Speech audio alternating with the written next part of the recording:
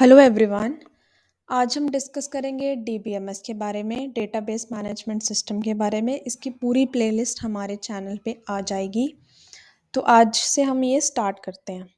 सबसे पहले हमें देखना है कि डीबीएमएस में क्या क्या मोस्ट इम्पॉर्टेंट टर्म्स होती हैं। सबसे पहले तो आपको पता होना चाहिए कि डेटा क्या होता है, इंफॉर्मेशन क्या होती है और इनमें क्या डिफरेंस है। ठीक है, तो सबसे पहले हम देखते हैं डेटा क्या होता है। डेटा होता है कोई भी रॉ फैक्ट्स जो हमारे पास प्रेजेंट है ना, उसे हम कहते हैं डेटा। और इंफॉर्मेशन होता है processed form of data.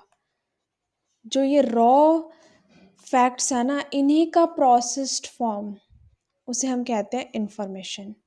Processed form of data is information and raw facts are data. तो देखो, अगर मैं आपको बोलती हूँ 23, तो ये एक डेटा है 23। तो अब आपको इसकी कोई भी सिग्निफिकेंस नहीं पता चल रही होगी कि क्या 23। ठीक है, तो ये कोई भी रॉ फैक्ट्स या फिगर्स को हम डेटा बोल देते हैं जिसकी कोई सिग्निफिकेंस नहीं होती अपने आप में, जिसे हम कहते हैं नो सिग्निफिकेंस। लेकिन जो इन्फॉर्मेशन है ना, उसकी सिग्निफिकेंस होती है। अगर मैं बोलूँ कि एज 23, तो आपको पता है कि 23 एक नंबर है जो एज को रिप्रेजेंट कर रहा है। तो इसकी जो हमारे पास इंफॉर्मेशन की ना कोई सिग्निफिकेंस होती है। तो आपको ये मेन चीज़ें यहाँ पे पता होनी चाहिए। और दूसरी बात कि क्योंकि डेटा की कोई सिग्निफिकेंस नहीं होती, तो it does not help in decision making.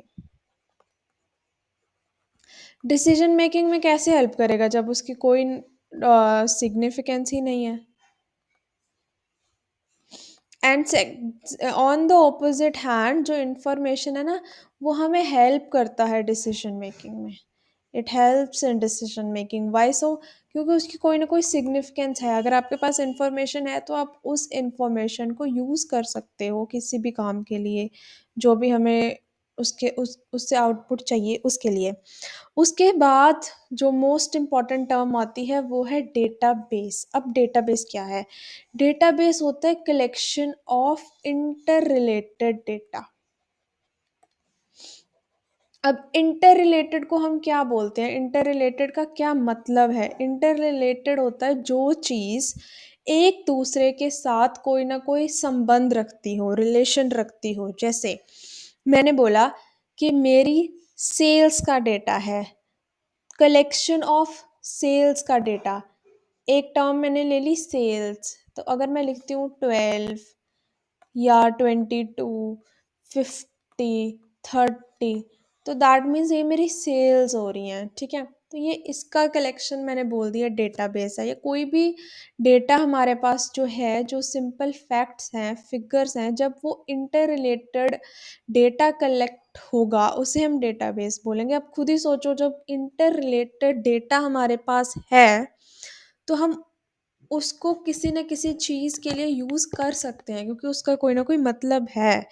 तो फिर उसके बाद जो टर्म है वो होगी database management system.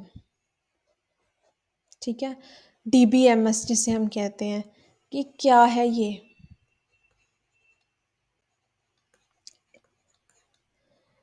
Database management system is a set of programs that is a system that is used to store and retrieve this data.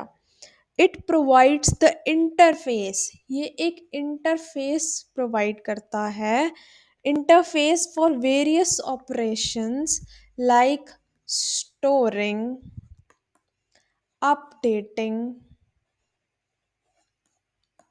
Retrieve करना। क्या होता है? कोई भी डेटा की रिक्वेस्ट डालना और वो डेटा लेना, उसे कहते हैं रिट्रीविंग।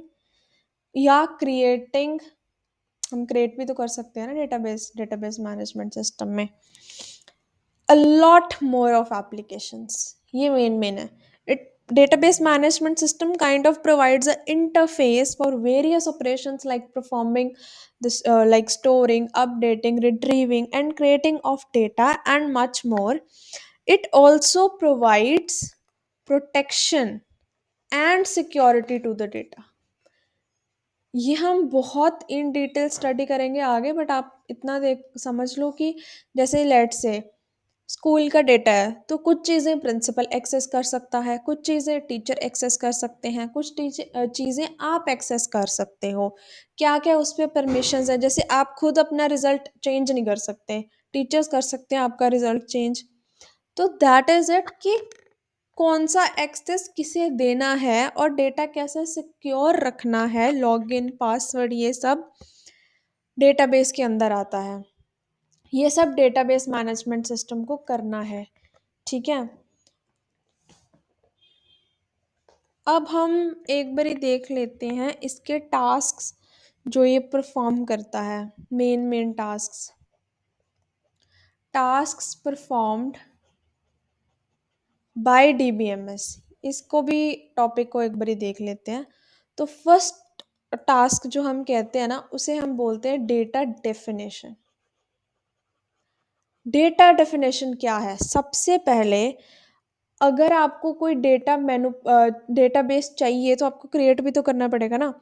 तो जो ये होता है ना डेटा डेफिनेशन टास्क, वो आते हैं क्रिएटिंग डेटा,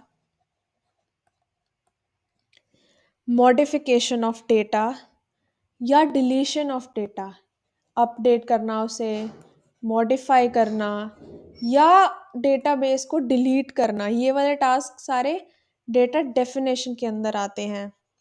और उसके बाद दूसरा इसका हो जाता है डेटा अपडेशन या डेटा मैनिपुलेशन कह लो, कि कोई भी डेटा हमारे पास पहले से प्रेजेंट है, हमने उसमें कुछ ना कुछ चेंजेस करने हैं। ठीक है, और थर्ड टास्क हो जाता है डेटा रिट्रीवल, कि जैसे मैंने बोला आप डेटा की रिक्वेस्ट देते हो और ये हमारा सिस्टम कुछ डेटा जो भी आपको चाहिए वो रिट्रीव करके दे देगा।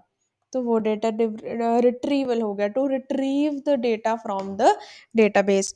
और फोर्थ हो जाता है एक्सेसेस जो आप प्रोवाइड करते हो, या फिर मैं इसको लिख सकती हूँ यूजर एडमिनिस्ट्रेशन। ये ठीक है, यूजर एडमिनिस्ट्रेशन, कि कौन से यूजर के पास कितने राइट्स हैं और वो क्या क्या हमारे डेटाबेस में ऑल्टरेशन कर सकता है, या आप कह लो कि रजिस्टर करने हैं हमें यूज़र्स, मॉनिटर करना है यूज़र्स को, डेटा इंटीग्रिटी मेंटेन करनी है, सिक्योरिटी इन्फोर्स करनी है, कंकरेंसी कंट्रोल करना, ये सब टास्क्स जो हैं वो हमारे डेटाबेस मैनेजमेंट सिस्टम के अंदर ही आते हैं।